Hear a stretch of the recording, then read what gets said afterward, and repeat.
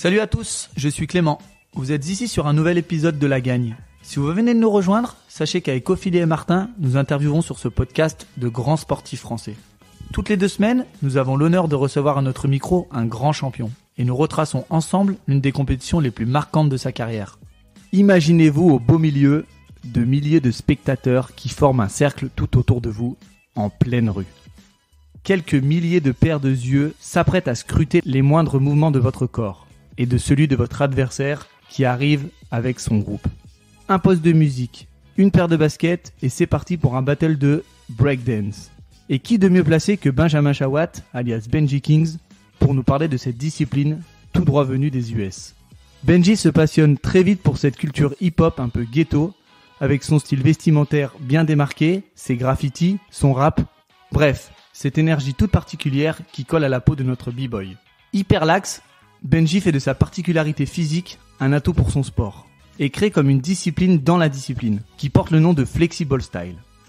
En 2002, à 20 ans, il est acteur dans le film Le Défi, aux côtés d'Amanda Lear, Sofia Boutella et bien d'autres. Aujourd'hui, Benji diversifie ses activités et continue de danser par plaisir. Le breakdance prend de plus en plus de place dans le milieu sportif et fera même partie des disciplines des JO à Paris 2024. Merci Benji Kings pour ces good vibes et cette belle transmission de ton histoire. Très bonne écoute les winners.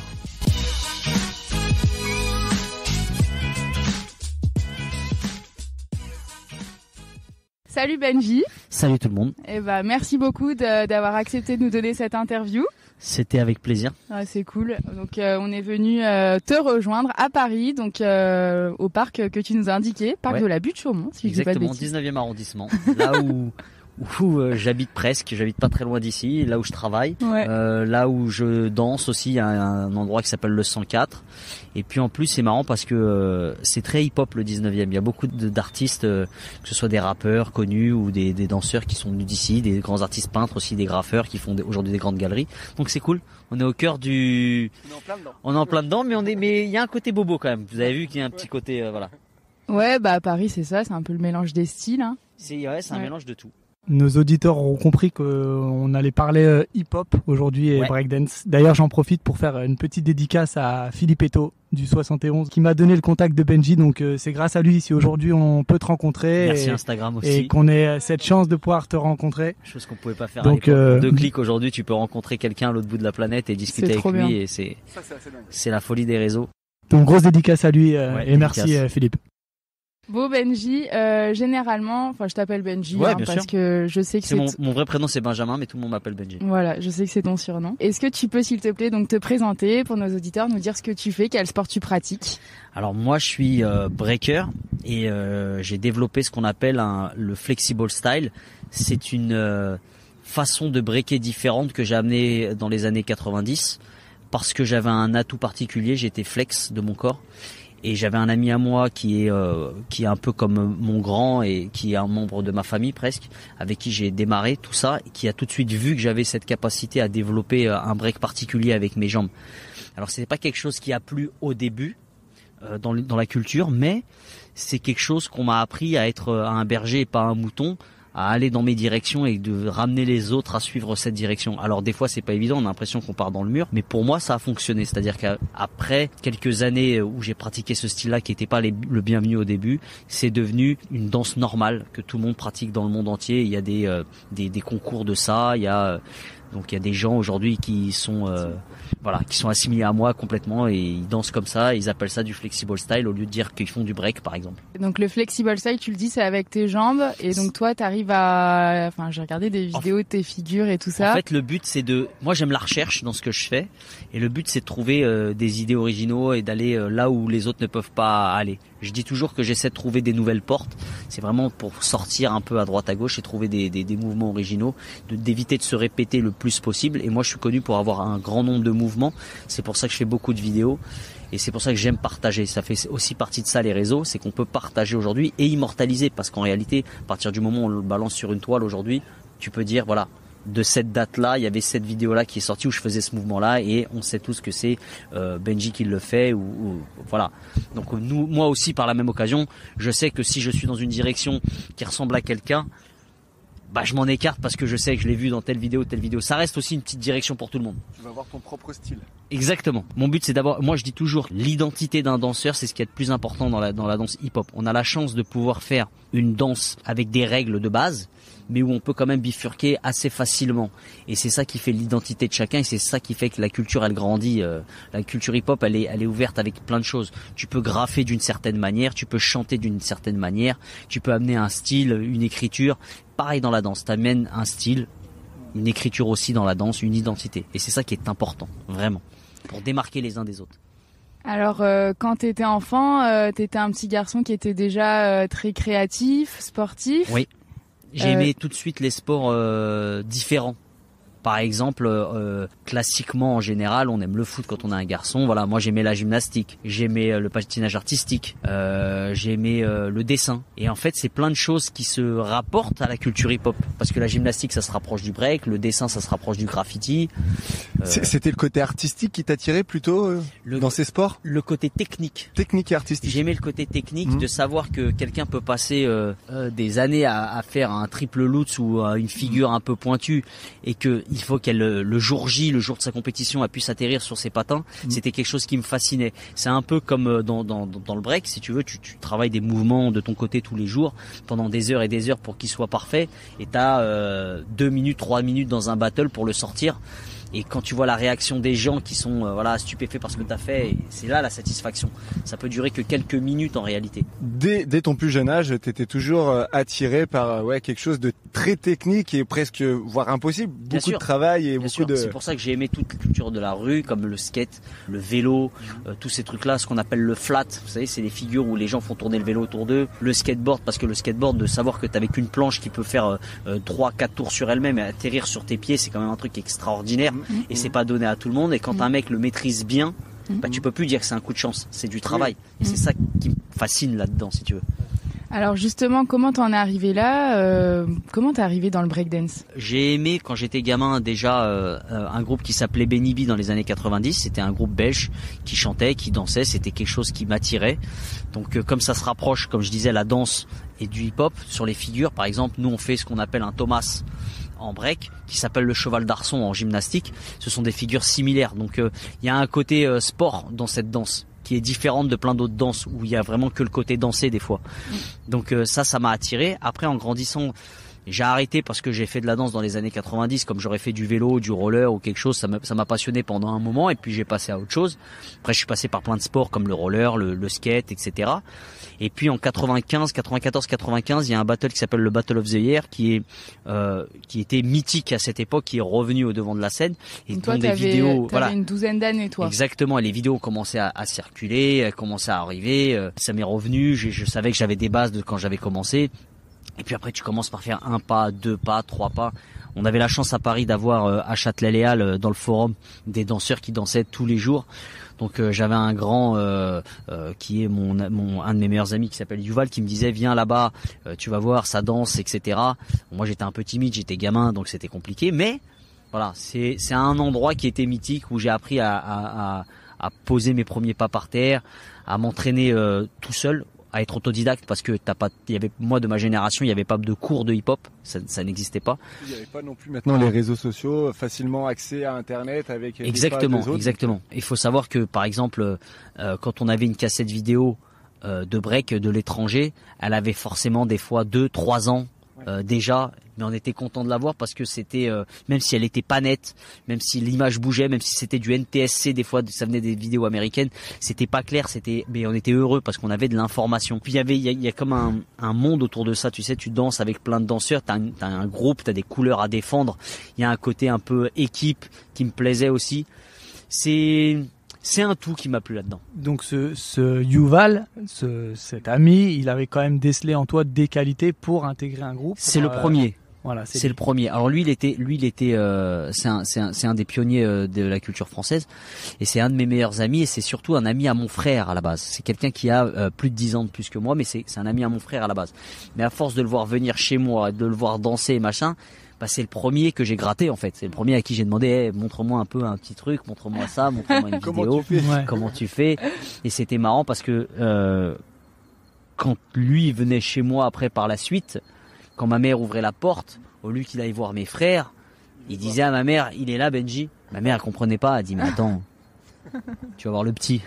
Qu'est-ce qui se passe? Il y a un problème. Le petit qui va devenir grand. Voilà, donc c'était marrant.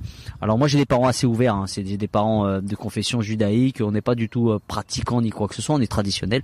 On fait les grandes lignes un peu en famille parce qu'il y a le côté un peu familial.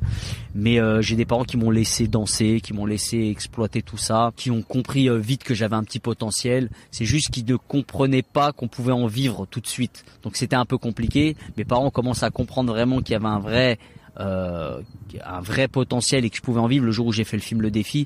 Voilà, le jour où on m'a proposé de faire un film avec un premier rôle, là ça devient sérieux aux yeux de tes parents, t'as 18-19 ans, on dit à ton fils tu deviens un peu crédible aux yeux de tes parents quoi. Exactement, c'est une façon de prouver pas ma réussite mais qu'on peut gagner sa vie avec ça et que c'est pas qu'une simple danse de rue où on tourne sur la tête. Tu sais, je vais te donner un peu le côté cliché. Les parents ils te disent attends, c'est des voyous qui font cette danse, c'est les Noirs et les Arabes. Nous on a vu ça à la télévision dans les années 80. C'est pas très. Tu peux pas me dire que tu vas gagner ta vie avec ça. Mais c'est une certaine culture que l'hip-hop, quand elle vient des États-Unis, c'est un peu ce qu'on ressent quand même de cette culture hip-hop qui vient des États-Unis. C'est un peu gangsta quoi. Bah c'est ghetto. À l'origine c'est ghetto, mais aujourd'hui si tu veux l'image s'est écartée de ce côté Bien ghetto sûr. puisqu'aujourd'hui on revendique quand même le bling bling dans le hip-hop, l'argent, la réussite. Les textes sont moins rues. Alors t'as toujours des rappeurs qui essaient de garder un contact Un peu plus serré avec la rue parce que c'est une crédibilité et il y a aussi ce côté un peu comédien dans le hip-hop, c'est-à-dire qu'on joue un rôle. Tous ces rappeurs jouent un rôle. Nous les danseurs quand on rentre dans un battle on joue un rôle. Quand on essaye de rabaisser l'adversaire en face on joue un rôle. On peut être très agressif dans un battle, être complètement hors de soi, alors que une fois que la cloche elle a sonné, on sort de là-dedans, on est complètement cool et on est retiré complètement. Moi, je peux être le plus agressif du monde dans les battles. Vous avez dû le voir dans les vidéos, et pourtant j'ai dû me battre 3 fois dans ma vie.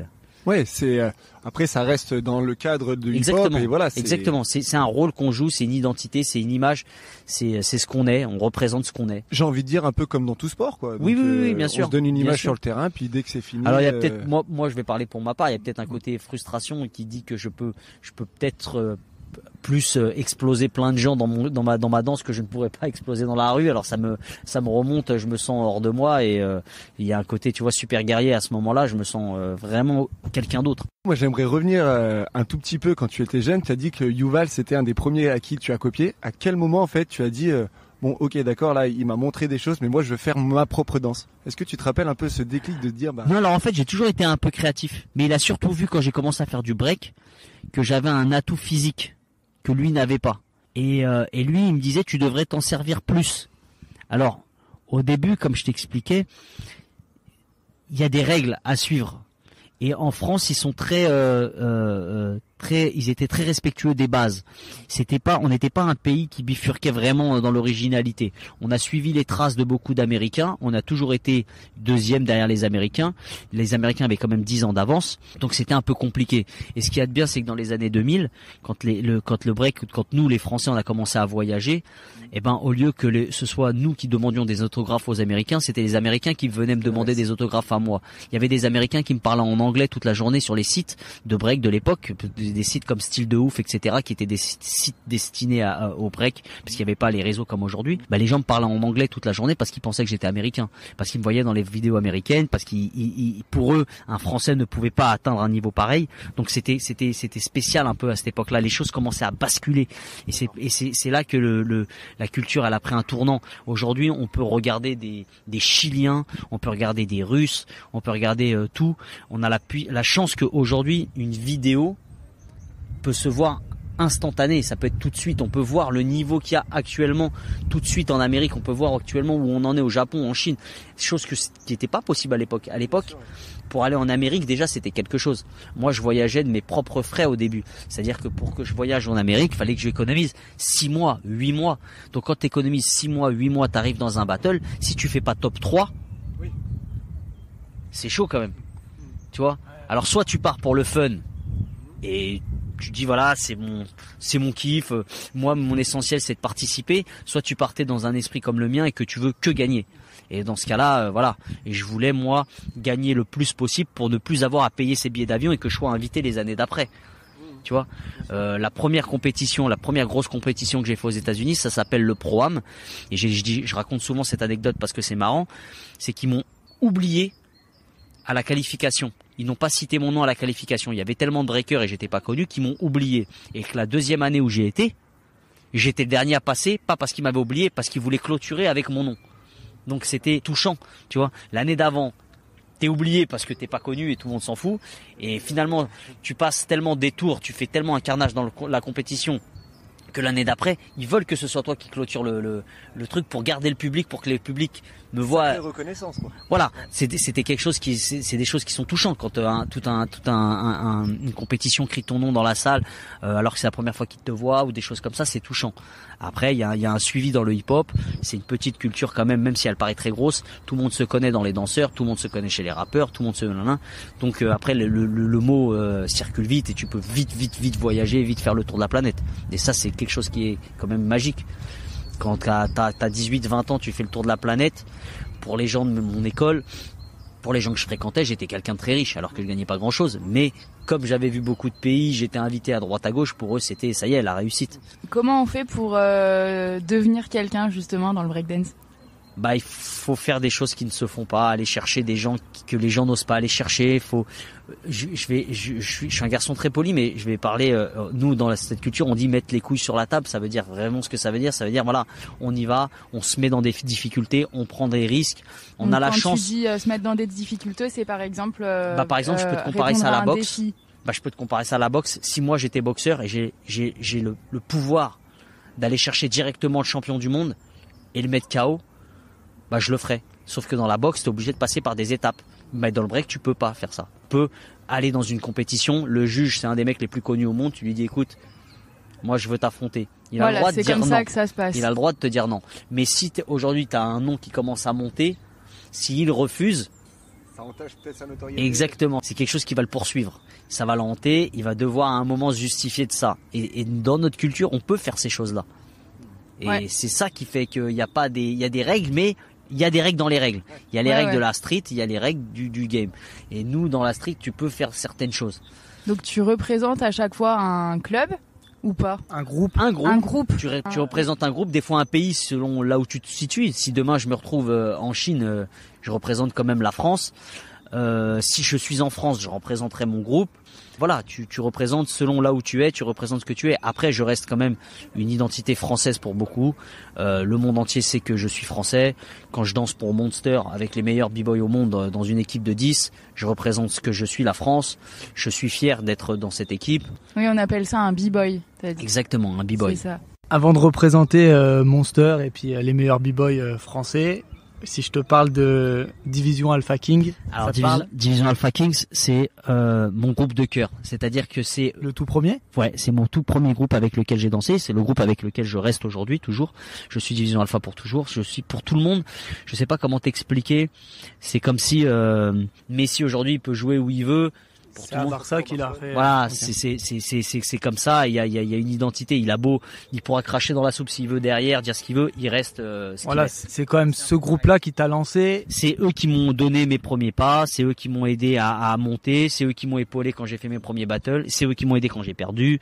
C'est mon équipe. Je pense que les autres, voilà, c'est ma famille exactement. C'est-à-dire que avec eux, j'ai pas d'obligation de résultat. Et je leur demande la même chose. Je leur demande pas qu'ils aient des résultats. C'était pas les meilleurs au monde. Mais c'était des gens qui portaient leurs couilles, encore une fois, je me répète, et c'était des gens engagés, c'était des gens qui arrivaient à faire parler d'eux, ils arrivaient à sortir du lot parce que on se suivait dans la mentalité, on avait une mentalité spécifique, c'était vraiment, voilà, c'est une façon de voir qu'on avait qui était propre à nous, et on a été beaucoup copiés grâce à ça, et on était contents, et c'est un peu, je sais pas, tu vois, on essaye de tirer celui qui monte le plus haut, il essaye de tirer celui qui est en dessous avec lui, il essaye de le faire monter, c'était très important. D'où ton surnom un peu de Benji Kings aussi. Ouais, Benji Kings aujourd'hui. Benji Kings parce que j'ai traversé, je fais partie des b-boys qui ont traversé le plus d'années avec autant de notoriété, avec autant de nouveaux mouvements. J'ai arrêté pendant 9 ans la compétition. Le jour où je suis revenu au bout de 9 ans, j'ai défié directement le mec le plus connu. Voilà, je fais des choses qui ne se font pas et les gens me connaissent pour ça et savent que je suis hors des clous tout le temps, et c'est ce qu'ils me demandent aujourd'hui. Quand moi je fais une connerie, ou quelque chose qui ne se fait pas, les gens disent pas ouais mais putain il aurait pas dû faire ça, ils disent ouais bah vous le saviez, c'est Benji. Et aujourd'hui ça me colle à la peau et tant mieux. Je peux me permettre de faire des choses que j'avais pas là, j'ai pas possibilité normalement de faire dans les règles et c'est cool. Alors tout à l'heure tu disais que ton groupe te soutenait même lors des défaites. Oui. Alors justement une défaite, comment on fait pour gagner, comment on fait pour perdre, c'est quoi les règles? Bah en fait ça se voit. Quand tu perds ça se voit. Il n'y a pas besoin d'être magicien pour voir quand quelqu'un prend le dessus dans un battle, ça se voit. Alors après il y a deux façons de voir. Il y a celui qui perd, qui rentre chez lui et qui dit bah c'est le jeu, des fois on peut perdre, on peut gagner. Et il y a des gens comme moi qui sont très mauvais perdants et qui rentrent et qui retravaillent et qui vont s'entraîner. Je me souviens d'un battle à Miami où je perds contre un mec qui s'appelle Bébé des Grandes Zéros, où je perds dans la compétition parce que moi dans ma compétition je passe par des b-boys tout au long du battle qui sont très difficiles et donc j'utilise beaucoup de mouvements à moi et dans les compétitions on peut pas se répéter. Les juges le voient. Donc il y a quand même des juges. Bien sûr, dans les battles, il y a des juges. Dans les battles il y a des battles de rue et il y a des battles qui sont avec des juges, avec des nombres de passages et un temps. Parce que quand tu dis ça se voit, bah ça se voit quand tu te répètes. Par exemple, c'est que tu as moins de mouvement déjà. Ah oui, d'accord. Par exemple, ça se voit quand l'adversaire fait beaucoup mieux que toi parce que tu l'entends au niveau des cris, quand public. Ouais, exactement. Quand un mec il a retourné la salle, tout le monde crie dans tous les sens. Bon bah tu sais qu'il a mis un point supérieur au tien. Tu vois, il y a tous ces trucs-là. Un battle où moi j'ai eu tout au long du battle un nombre de danseurs qui était très très très très fort et où un mec qui s'appelle Bébé a fait ce même battle mais avec des gens beaucoup moins forts que moi j'ai eu dans le battle puisque c'est moi qui ai éliminé les plus grosses, comme dans une poule où tu éliminerais les plus grosses équipes. Tu vois, il y a des gens qui arrivent en finale sans avoir eu les gros calibres et c'est un truc qui m'avait touché moi et je me suis retrouvé contre ce mec là Bébé et j'ai perdu et ça m'a rendu fou parce que bah je suis à Miami, je suis en demi-finale, je fais le parcours rêvé et d'un coup je tombe contre un mec et voilà, je perds à ce moment-là parce que lui justement il est encore super frais, il lui reste tous ses mouvements. C'est la fête, tout le monde sort du battle, ils ont passé une super journée, ils se sont éclatés. Le lendemain il y a la remise des prix, tout le monde va en discothèque, moi je m'enferme dans ma chambre d'hôtel, je pousse tous les meubles, je mets tout dans les couloirs, je m'entraîne toute la nuit comme un débile mental jusqu'à 5-6 heures du matin, je suis éclaté. Le lendemain 13 heures, j'arrive à la remise des prix, au moment où le mec lui remet son prix, moi je prends le micro. Je lui dis écoute, c'est simple, tu prendras rien du tout tant que t'as pas dansé contre moi. C'est simple, clair, net et précis. Ah, on peut faire ça. Et on peut faire ça. Et c'est magique. Et c'est magique.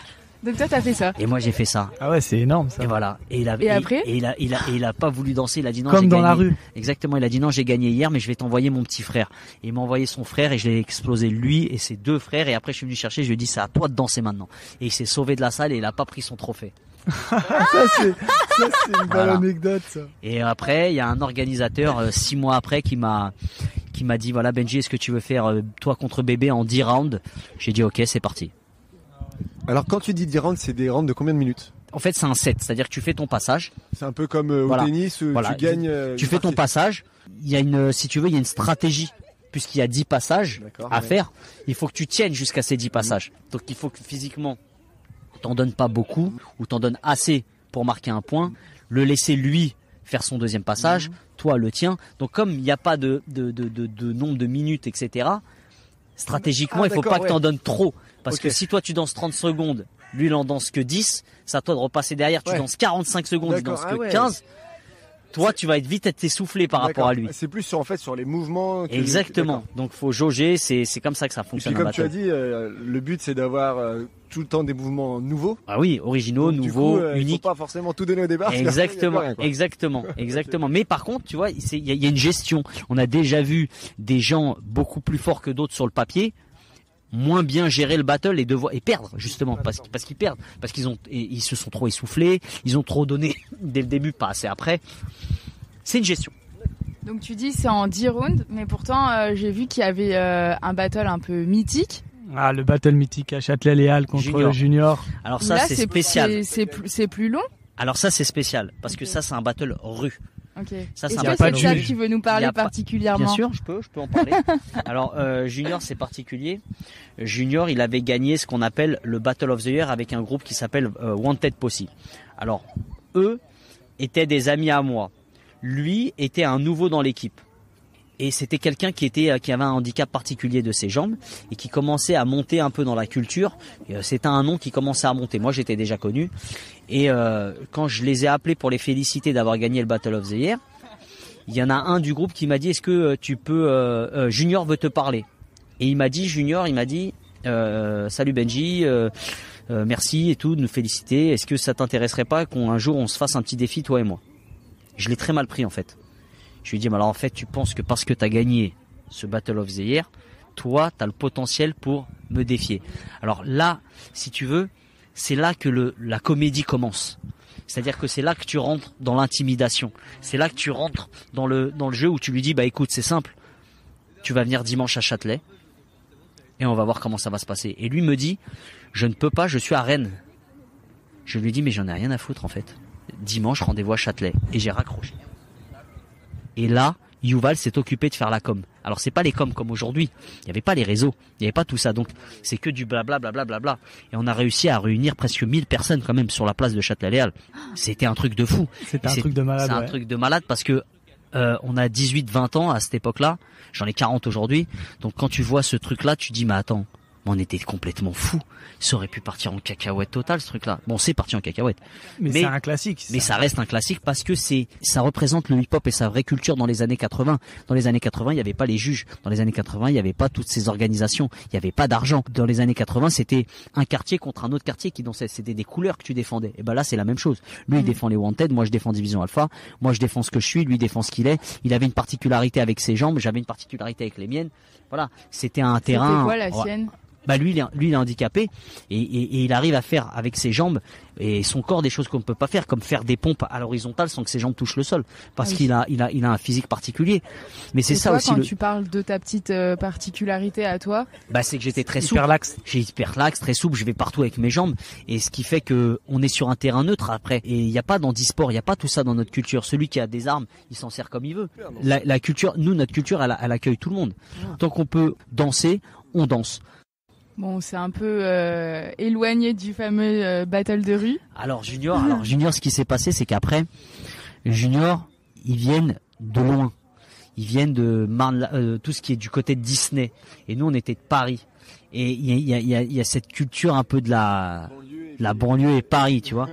Le problème, c'est qu'il y avait un seul endroit mythique, c'est Châtelet. Donc quand on arrive à Châtelet ce jour-là pour faire ce battle, si tu veux, c'est toute une culture entière qui est là. C'est tout un pays qui veut voir ça. Il y avait des gens de toute la France. Les magasins qui étaient autour, le restaurant, l'INAS, il y avait un Starbucks à l'époque, le cinéma qui était en bas, ferment les portes, panique, parce qu'ils n'ont jamais vu autant de Kaira de toute leur vie. Eux, tout ce qu'ils voient, c'est des mecs avec des bandanas, des mecs avec des têtes cheloues, des noirs, des arabes, qui viennent voir deux danseurs, mais ils s'en rendent pas compte pour le moment. Et la police vient à ce moment-là me voir parce que je suis au milieu de tout ce bordel. Et ils me disent, écoutez, vous allez m'éteindre ce poste et prendre vos affaires et dégager vite. Moi, j'ai dit, écoutez, monsieur, avec tout le respect que je vous dois, je peux pas faire ça, monsieur. Ça va durer 15 minutes, monsieur.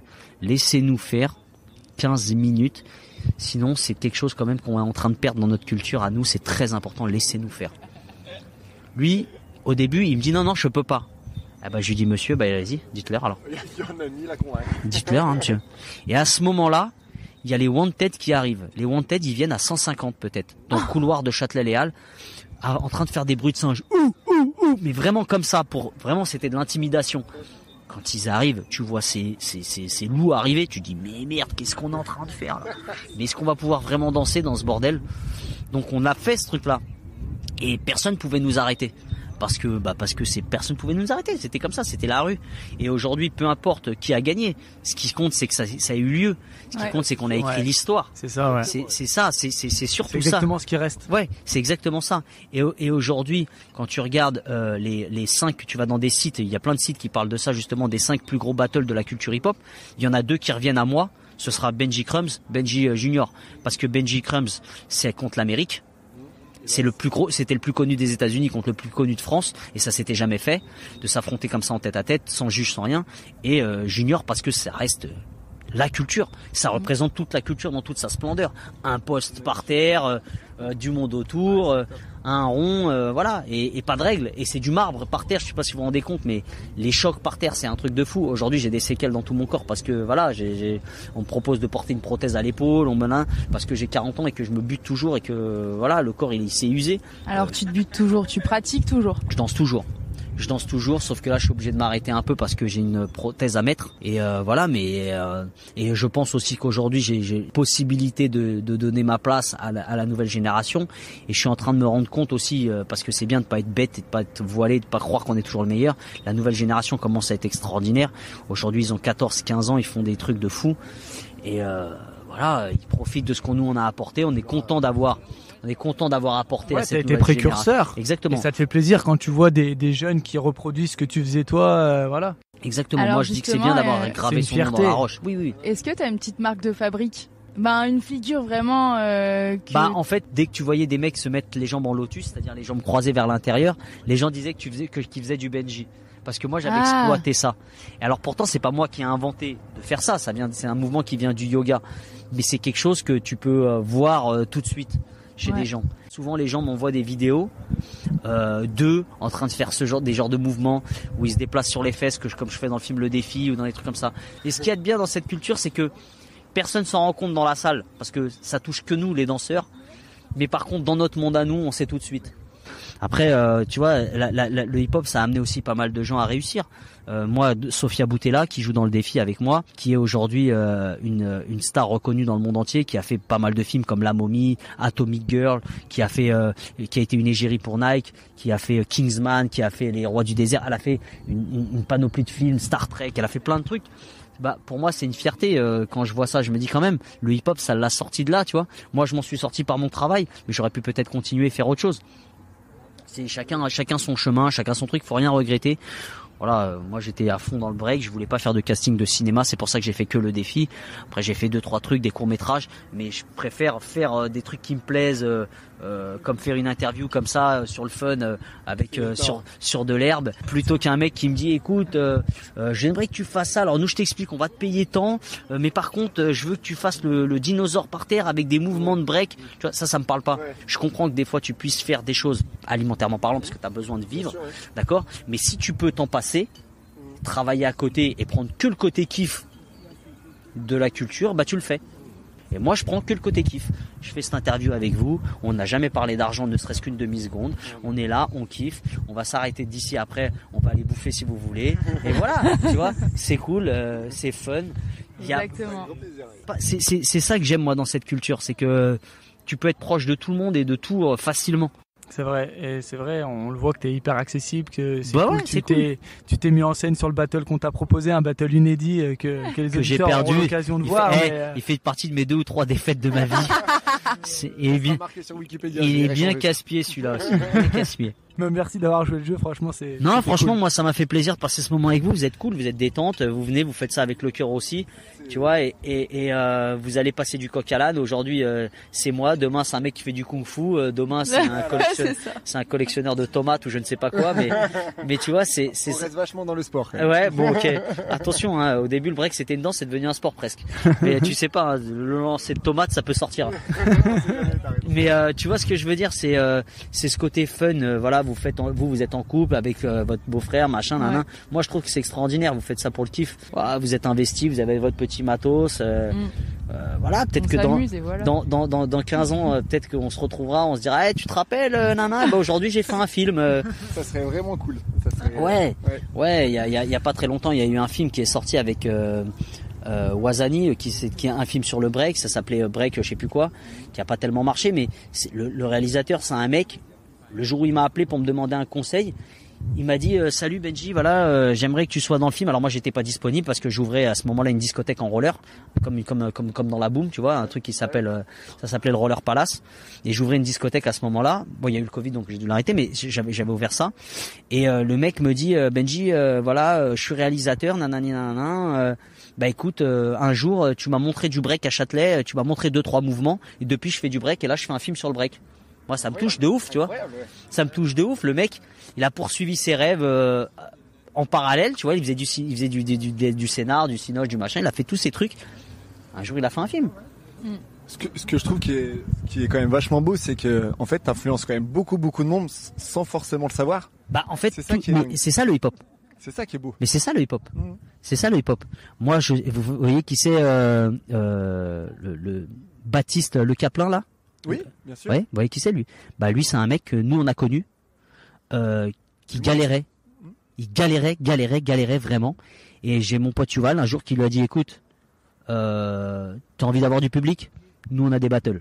Dans nos battles il y a du public. Tu veux venir? Viens. Et il venait et dans les battles il faisait ses sketchs. Dans les battles. C'est un public très très dur. C'est que des KRA. On lui disait écoute c'est que des mecs de quartier. Ça va être très très dur. Adapte-toi. Eh ben petit blanc comme il était, gentil machin nanan, son sourire de premier de la classe, il nous éclatait de rire. Et aujourd'hui on est content parce qu'on se dit putain le mec quand même il a percé chaud quand même. Il est passé par des trucs galères tu vois et il s'est servi du hip-hop, il avait compris qu'il y avait du hip-hop. Moi j'ai fréquenté des gens comme Caris que vous écoutez tous aujourd'hui. J'ai dansé avec lui pendant des années, pendant 7 ans. C'est un très très bon breaker. Aujourd'hui regarde où il est. Tu vois. Il y en a plein des comme ça. Il y en a plein des gens qui sont partis de pas grand chose. Et c'est ce que je t'expliquais tout à l'heure en début de conversation quand je te disais que le hip-hop au début on est tous un peu perchés. On sait pas, on aime bien cette culture, le côté de la sape, les Nike, les Jordan, la casquette, les machins. Après on aime un peu le graffiti, après on aime un peu chanter, on va écrire un demi-texte à gauche, on va faire 2-3 pas de danse. On est un peu partout et nulle part à la fois. Jusqu'au jour où on trouve notre bonne direction. Tu vois, et après on développe. Et après c'est parti. Et maintenant 40 ans de culture quand même, 50 ans de culture quand même. C'est magnifique. Ça fait que commencer. On a dépassé le rock'n'roll. Ça n'arrêtera jamais. Ouais. Ça n'arrêtera jamais parce que ça se développe tout le temps. C'est l'évolution.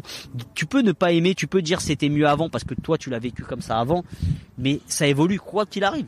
Et il faut accepter ça. Moi j'accepte pas les JO. Mais c'est l'évolution et c'est bien qu'il y ait les JO. Moi je n'accepte pas parce que c'est mon côté un peu vieillard de la culture qui vintage. Dit ouais exactement mais c'est pire que vintage. Moi je suis c'était mieux avant. Ouais. Le hip-hop c'était mieux tu vois, avant. Le hip-hop c'était tu vois il y a des t-shirts qui existent comme ça. Le hip-hop c'était mieux avant, le rap c'était mieux avant. Mais en vérité c'est les aigris qui parlent comme ça parce que faut appeler un chat, c'est les aigris. Les choses elles ont changé et c'est comme ça. Ce qui est beau c'est qu'il y a l'évolution en fait, ça suit son exactement. cours, et puis voilà. Ça évolue et il y en aura toujours. Des vieux grincheux comme moi qui feront leur truc de leur délire avec les mêmes potes qu'il avait de l'époque, qui ont des idées un peu bloquées, tu vois. Mais moi, je suis par contre ouvert à la jeunesse. Je trouve que c'est bien que les jeunes ils développent à mort. Le conseil que j'ai à leur donner, c'est que voilà, pas trop réfléchir, foncer. L'école, très important, ça c'est une bonne base. Pas parce que y a un mec ou deux qui réussissent, qui arrivent à gagner bien leur vie, qui a la place pour tout le monde. Le trône, il est très serré. C'est pas du football, c'est pas des équipes de 11 joueurs chez nous. Tu vois, il y a très peu de place sur le trône. Faut vraiment faire gaffe quand même. Penser à un petit avenir derrière. Il y a le hip-hop, c'est pas que la danse. Tu peux être producteur, tu peux faire plein de trucs. Tu présentes des événements, tu crées des événements. Tu peux être un activiste. De dans le hip-hop, c'est pas que. Aujourd'hui, énormément. Tu peux être activiste, tu peux avoir des sites, tu peux avoir des trucs. Tu peux faire ce que vous faites, faire que des interviews. Il y a des gens qui font que des interviews à des danseurs. Il y a des gens qui ont une page web. Chacun met sa pierre à l'édifice. Tu vois. Après, c'est ça qui fait notre culture et c'est ça qui fait qu'aujourd'hui, ça touche tout le monde.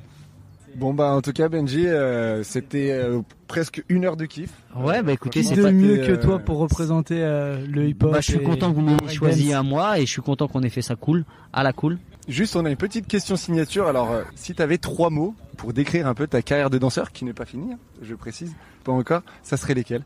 En 3 mots? Ah c'est difficile 3 mots, tu peux peut-être en dire 4 si tu veux. Alors, je vais dire identité déjà, parce que ça c'est une base. La passion. Très important. Faut être passionné parce que quand t'es plus passionné, ça sert à rien de continuer. Je pense on fait pas les choses à contre-cœur. Et bah tiens, je vais mettre aussi le mot cœur parce qu'il faut y mettre du cœur à tout ça quand même. Voilà, si tu y mets du cœur, voilà, il y a tu sais nous dans notre culture c'est peace, fun and unity. Et voilà, c'est and having fun. Voilà, prenez du kiff. Voilà, le reste, respectez-vous les uns les autres. C'est des bases, tu vois. Il y a un côté culturel, il y a un côté religion un peu sans le vouloir. Et je dis souvent à des jeunes qui me parlent des fois sur internet, que ce soit des musulmans ou des hindouistes ou peu importe, ils me disent des cathos, ils me disent des fois, mais t'es de quelle origine, Benji? Je dis bah je suis comme toi. S'ils me disent mais comment ça? T'es musulman? Non, je suis hip-hop, mec. Je suis comme toi. On a la même culture, frérot. On arrive à communiquer. C'est le hip-hop qui nous a réunis. C'est pas ni une synagogue, ni une mosquée, ni quoi que ce soit. C'est le hip-hop. Exactement. Et c'est ce que j'aime dans ça, dans le hip-hop. C'est-à-dire que tu peux gagner ta vie. Tu peux être juif, blanc, noir, millionnaire, pauvre, ce que tu veux. Quand tu rentres dans une salle de danse, quand tu rentres dans un battle, on est tous pareils, mon pote. On danse, un son, une paire de baskets, un sol. Et des expressions, et c'est parti. Et basta, tu vois. Il y a rien qui nous tient, nous, tu vois, c'est ça. Il y a personne qui nous pourrit avec des sponsoring, des machins, des trucs. Nous, c'est la street, c'est nous. Simple, court, efficace. Merci beaucoup. Merci beaucoup, Benji, pour ce moment exceptionnel. N'oubliez pas cette casquette. Je ne sais pas qui sera l'heureux vainqueur. Elle sera à faire gagner. On va peut-être la garder, remarque. C'est The Last Warrior. Vous pourrez la trouver, la vidéo, sur Instagram, sur YouTube. The Last Warrior, c'est une de mes vidéos que j'ai fait aux États-Unis. C'est une de mes dernières. C'était du kiff. Voilà.